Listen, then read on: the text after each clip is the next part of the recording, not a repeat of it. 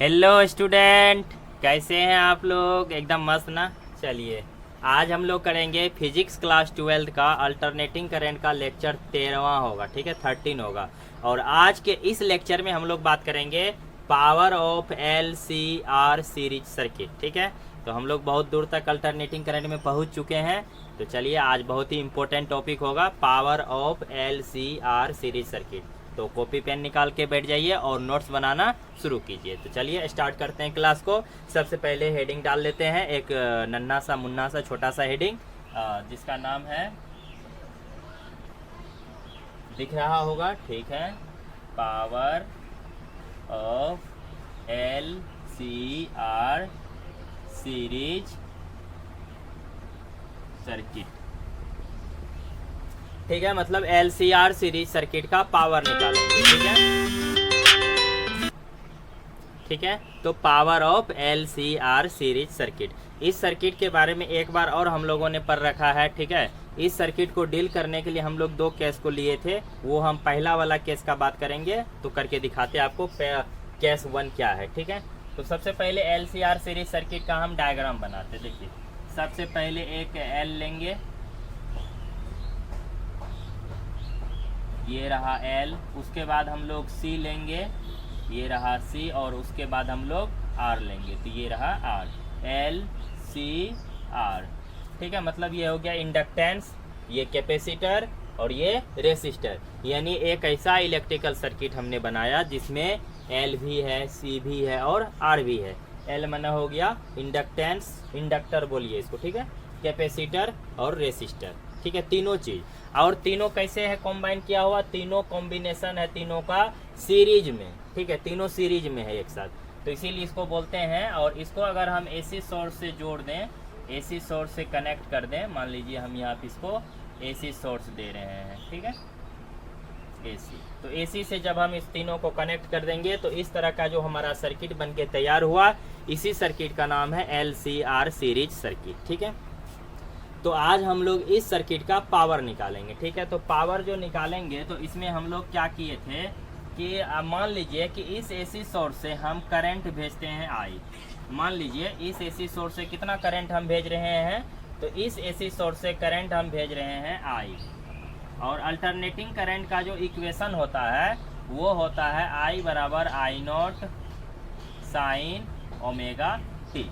यानी हम जो अल्टरनेटिंग करंट यानी AC करंट जो हम भेज रहे हैं वो करंट कितना जा रहा होगा, I बराबर I0 साइन ओमेगा टी। ये करंट L में भी है, यही करंट C में भी है और यही करंट R में भी है। जब हम L को, C को और R को इस AC सोर्स से करंट भेजेंगे तो इस L का जो वोल्टेज होगा वो कितना होगा, इस C का वोल्टेज कितना होगा और R का वोल्टेज कितना होगा। तो ये सब चीज हम लोग सर्किट थ्योरी में पढ़ चुके हैं, LCR सीरीज सर्किट को सर्किट थ्योरी में डील कर चुके हैं। थोड़ा सा आज भी हम आपको याद दिलाते हैं। देखिए, मान लीजिए कि हम इस AC सोर्स से करंट भेजे I बराबर I0 साइन ओमेगा टी। जब ये करंट इस L में गया तो L का जो वोल्टेज बना, यानी वोल्टेज अक्रॉस इंडक्टर, ठीक है, कितना बना होगा, तो इसमें वोल्टेज बना होगा V0 L sine omega T plus pi by 2। यानी कि आप जो भी करंट भेजिएगा, ठीक है, आप जो भी करंट भेजिएगा तो इंडक्टेंस का जो उस करंट के कारण वोल्टेज होगा ना, तो करंट के फेज से 90 डिग्री आगे चलेगा। ये समझे? देखिए, आप करंट भेज रहे हैं I बराबर I0 साइन ओमेगा टी, तो इंडक्टेंस का जो वोल्टेज हुआ ना इंडक्टर का, वो क्या होगा, VL यानी कि voltage across inductance is equal to V0 L sine omega T plus pi by 2। यानी देखिए, करंट का जो फेज है वो है ओमेगा टी, तो इंडक्टेंस में जो वोल्टेज बनेगा उसका जो फेज होगा ना omega T plus pi by 2 होगा, क्योंकि इंडक्टेंस का वोल्टेज करंट से 90 डिग्री आगे चलता है, ठीक है। और कैपेसिटर का जो वोल्टेज होगा, माने कैपेसिटर जो का जो वोल्टेज है करंट से 90 डिग्री पीछे चलेगा, ठीक है। तो इंडक्टेंस का जो वोल्टेज है करंट से 90 डिग्री आगे हुआ। अब कैपेसिटर का जो वोल्टेज होगा C का, VC voltage across capacitor is equal to V0 यानी कैपेसिटर के वोल्टेज का peak value into sine omega t minus pi by 2, यानी कि करंट का जो भी फेज है उससे 90 डिग्री पीछे का फेज रहेगा किसका, वोल्टेज का। यानी इसमें जो भी वोल्टेज बनेगा वो करंट से 90 डिग्री पीछे चलेगा। और अब बात आता है रेसिस्टर का वोल्टेज क्या होगा, तो वोल्टेज अक्रॉस रेसिस्टर तो हो जाएगा V naught R sine omega t. यानी कि रेसिस्टर का जो वोल्टेज होता है तो उसमें आप जो भी करंट भेजिएगा ना उसका जो फेज होगा वही फेज उसके वोल्टेज का भी होगा। यानी इस रेसिस्टर में जो करंट आ रहा है, कितना करंट आ रहा है, आई बराबर I naught sine omega t, तो इसका जो वोल्टेज होगा वो कितना हो जाएगा, V naught R sine omega t. मतलब ये देखिए इसका जो फेज है और इसका जो फेज है दोनों का सेम फेज है, और इंडक्टेंस वाला का जो वोल्टेज है इसके फेज में 90 डिग्री ऐड किया हुआ है, मतलब ये 90 डिग्री आगे चलेगा करंट से और ये 90 डिग्री करंट से पीछे चलेगा। अगर हम इसका फेजर डायग्राम ड्रॉ करें, फेजर डायग्राम तो कुछ इस तरह से आएगा। मान लीजिए ये करंट है, मान लीजिए ये करंट का डायरेक्शन हुआ, ठीक है, मान लीजिए ये करंट का डायरेक्शन है। अच्छा, उसके बाद ये अच्छा करंट जिस भी डायरेक्शन में होगा रेसिस्टर का भी डायरेक्शन वही होगा। तो मान लीजिए कि यहाँ पे रेसिस्टर है, क्योंकि हम आपको बता रहे हैं ना कि करंट का जो फेज है और रेसिस्टर में जो वोल्टेज बना है उसका जो फेज है दोनों का फेज सेम है। इसका मतलब आई और आर दोनों का सेम डायरेक्शन हुआ, आई और आर दोनों का सेम डायरेक्शन।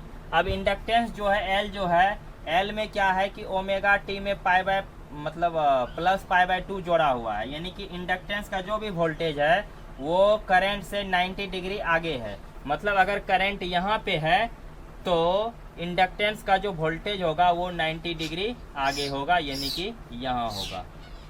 आप इसको एक्सएल बोल लीजिए या नहीं तो आप इसको चलिए एक्सएल ही रहने दीजिए क्योंकि आप रेसिस्टर यूज कर रहे हैं। और कैपेसिटर का जो वोल्टेज होगा, कैपेसिटर का वोल्टेज,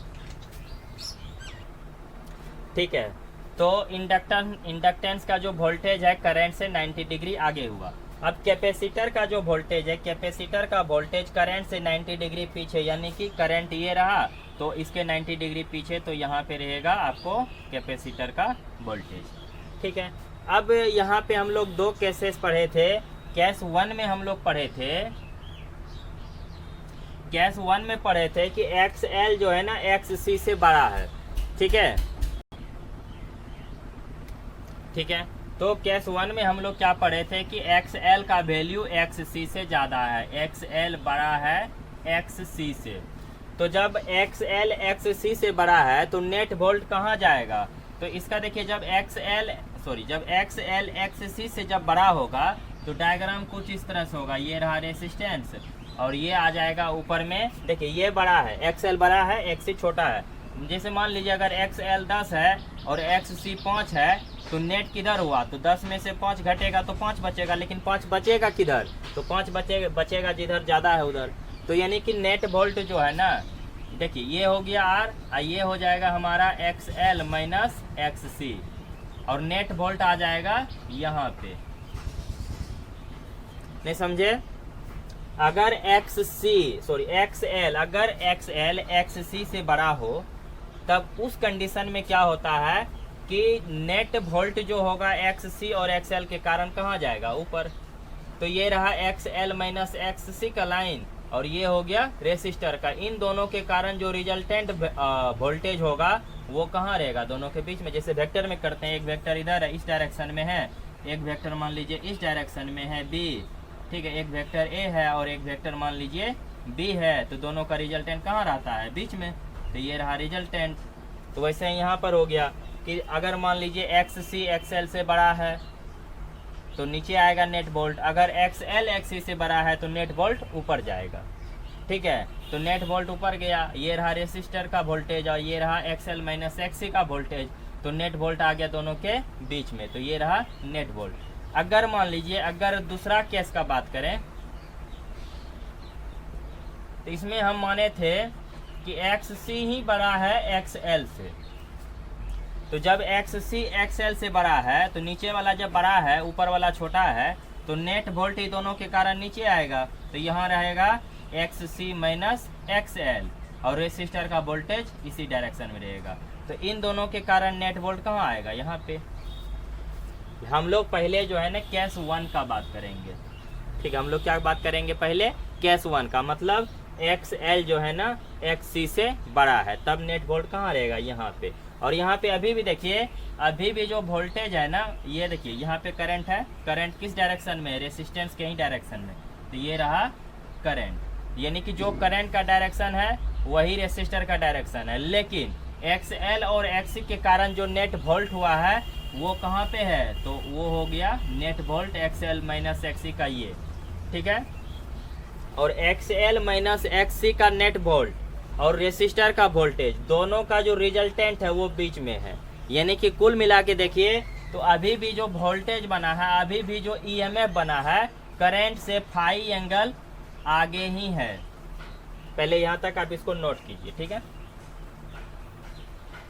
वीडियो को पुश करके नोट किया कीजिए, वीडियो को पुश करके नोट कीजिए, ठीक है, तो जल्दीबाजी में काम होगा। चलिए हम लोग केस 1 का बात करेंगे, ठीक है, कि XL XC से बड़ा है। तो जब XL XC से बड़ा होता है तो ऊपर जाएगा XL माइनस XC और ये रहा रेसिस्टर, ठीक है। इन दोनों के कारण रिजल्टेंट वोल्टेज मान लीजिए यहाँ पे है E, और करंट का डायरेक्शन जो है ना रेसिस्टर के डायरेक्शन में ही है, ठीक है। ये तो हम आपको पहले ही बोल दिए कि जिस डायरेक्शन में रेसिस्टर होगा उसी डायरेक्शन में करंट होगा, क्योंकि R और करंट मतलब रेसिस्टर और करंट दोनों का फेज सेम होता है, तो दोनों का डायरेक्शन भी सेम होगा। तो I और R दोनों सेम डायरेक्शन में, ठीक है। और नेट वोल्ट जो हुआ R और XL माइनस XC के कारण वो रहा ये। तो मान लीजिए कि ये जो है ना फाई एंगल करंट से आगे है, ठीक है। देखिए इस सिचुएशन में हम आपको पहले ही बोले हैं कि हम इस LCR सीरीज सर्किट को कितना करंट देते हैं, तो हम करंट भेज रहे थे भैया I बराबर I naught sine omega T, यही करंट भेज रहे थे। और अभी जो वोल्टेज है नेट वोल्ट वो क्या है कि करंट से फाई एंगल ज़्यादा है, मतलब आगे है। तो EMF कितना होगा, EMF बोलिए या आप वोल्टेज बोलिए, ठीक है, दोनों एक ही बात है, तो हम वोल्टेज ही लिख लेते हैं। तो वोल्टेज क्या होगा, करंट के फेज से फाई एंगल ज़्यादा, मतलब V बराबर V naught sine omega T plus phi. यहाँ तक में आपको कोई दिक्कत है तो बोलिए, ठीक है। तो चलिए आप इसको वोल्टेज बोल लीजिए या EMF बोलिए। आप V लिखे तो यहाँ पे V नॉट यूज किए हैं, अगर EMF लिखिएगा तो यहाँ E नॉट यूज कीजिएगा, तो E naught sine omega T plus phi, ठीक है। तो ये रहा EMF, ठीक है। तो ये रहा E। अब I का वैल्यू पता है और आपको E का वैल्यू पता है, ठीक है। I बराबर हो गया I बराबर I naught sine omega t और E बराबर हो गया E naught sine omega T plus phi, ठीक है। E और I आपको पता हो गया। अब पावर का बेसिक फॉर्मूला हम लोग यूज करेंगे, तो चलिए यूज करते हैं। तो पावर का basic formula, power is equal to सूत्र होता है W/T, ठीक है। तो P बराबर W/T, और W बराबर जो है हम लोगों ने इसके पिछले वीडियो में देखा है कि W बराबर आ जाता है E into I. W is equal to होता है E इंटू आई। तो अगर W की जगह पे E इंटू आई रख दीजिएगा तो पावर का हमारा बेसिक फॉर्मूला बनेगा P बराबर W के जगह पे आप लिख दीजिए E इंटू आई अपॉन हो गया T। तो ये रहा P बराबर E आई अपॉन T, ठीक है, ठीक है। तो P बराबर सूत्र हो गया E आई बटा T। अब यहाँ पे E का वैल्यू रखिए, तो E का वैल्यू कितना, E naught sine omega T plus phi. I का वैल्यू कितना, तो I बराबर I naught sine omega t, और T के जगह पे T रहने दीजिए। तो हमारा पावर हो गया E naught sine omega t, और E का value sorry omega T plus phi है, ठीक है, ओमेगा टी प्लस फाई। ये रहा E का वैल्यू, और I का वैल्यू है I बराबर I naught sine omega t, यानी I बराबर हो गया I naught sine omega t, और नीचे में आ गया हमको T। तो ये रहा पावर, ठीक है। इधर डिलीट करना पड़ेगा, नोट कीजिए इसको, इसको नोट कीजिए। चलिए डिलीट कर लेते हैं, हो गया नोट क्या हुआ। चलिए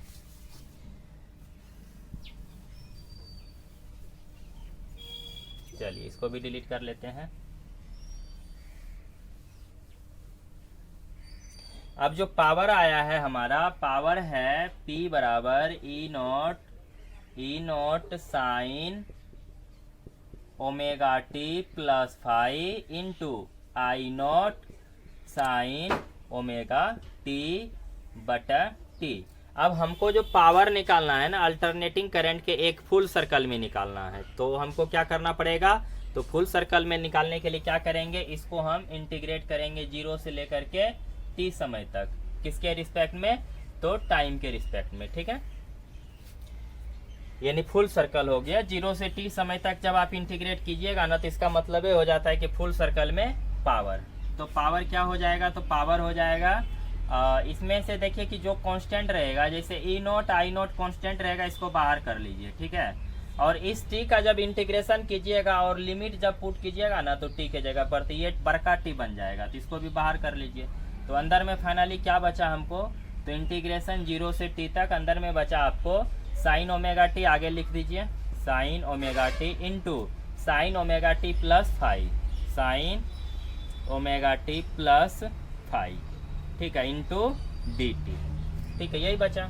उसके बाद आप क्या कीजिए कि यहाँ पे साइन ए प्लस बी का फॉर्मूला यूज कीजिए, ठीक है। तो साइन ए प्लस बी सूत्र क्या होता है, यहाँ पे लिख देते हैं, साइन ए प्लस बी बराबर होता है साइन ए कोस बी प्लस कोस ए साइन बी, यही सूत्र होता है।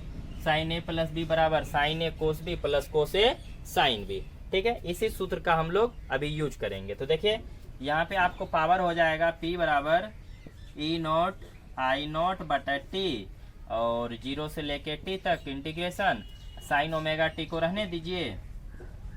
अब इस sine omega T plus five को तोड़िएगा तो हो जाएगा साइन ए यानी कि sine omega t, cos B यानी कि कोस फाइव, प्लस कोस ए यानी कि कोस ओमेगा टी, ठीक है, कोस ओमेगा टी, साइन ए कोस बी प्लस कोस ए साइन बी, कोस ए साइन बी, ठीक है, इंटू डी टी। उसके बाद आपको करना क्या है कि आप इस साइन ओमेगा टी को इस सब से गुना कर लीजिए, ठीक है। तो चलिए सबसे इस साइन ओमेगा टी को इस सब से गुना कर लेते हैं। तो हमारा पावर बनेगा P बराबर E naught I naught by T integration 0 से लेके टी तक। दिख रहा है, नहीं दिख रहा है, चलिए भैया मिटाना पड़ेगा। चलिए ऊपर से इसको नोट कीजिए, 2 स्टेप को जल्दी नोट हो गया।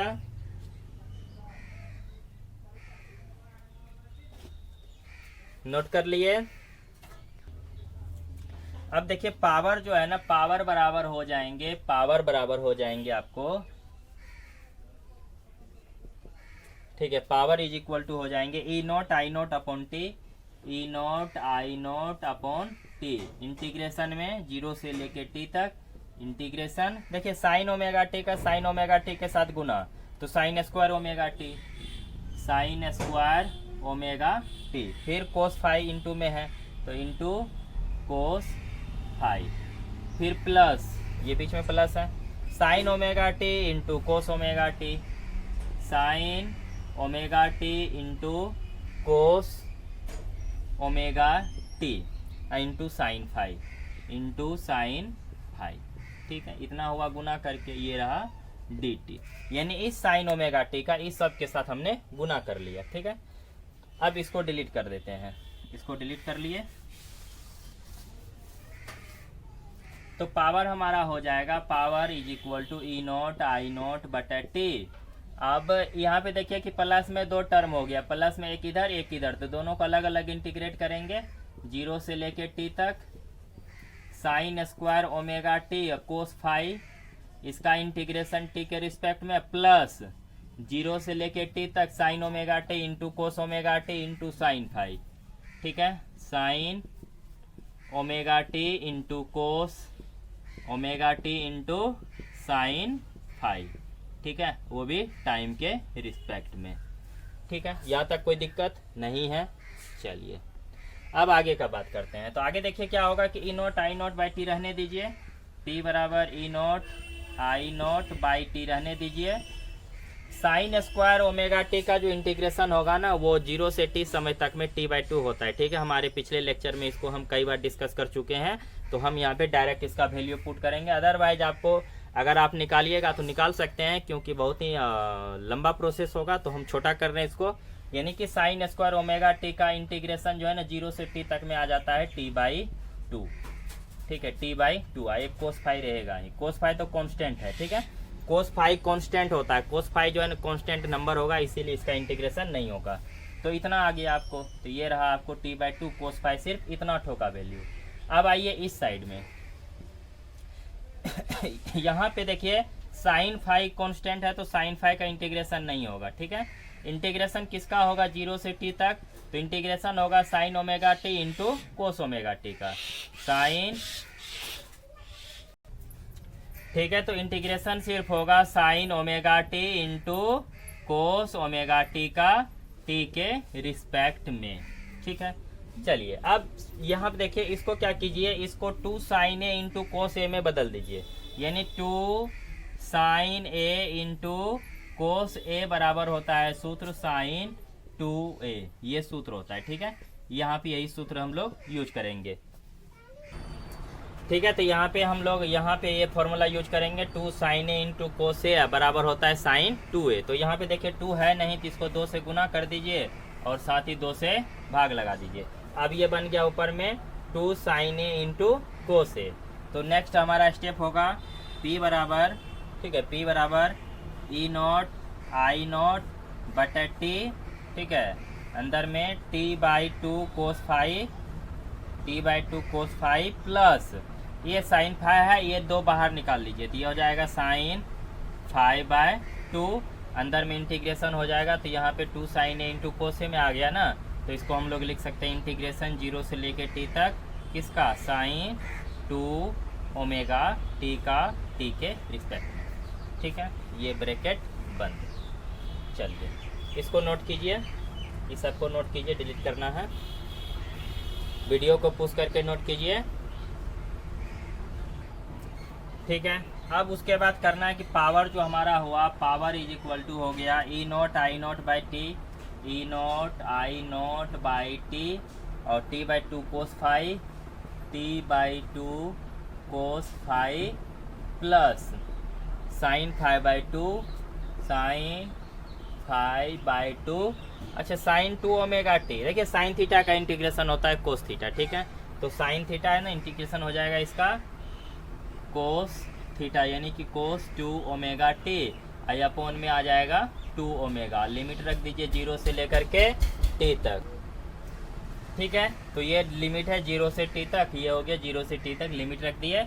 अब उसके बाद हमारा पावर हो गया p बराबर E0 I0 upon t into t/2 cos phi, ठीक है, plus sine 5/2, sine 5/2 cos 2 omega t. अब इसका लिमिट हटाइएगा। ठीक है, लिमिट हटाइएगा तो t के जगह पे एक बार t रखिएगा, फिर t के जगह पे एक बार 0, तो ये हमारा हो जाएगा, t के जगह पे t रखिएगा तो हो जाएगा कोस 2 ओमेगा बरका t/2 omega minus cos 2 omega t के जगह पे 0/2 ओमेगा।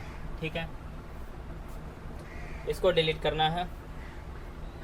दिख रहा है कि नहीं दिख रहा है? थोड़ा सा लाइटिंग प्रॉब्लम हो रहा है।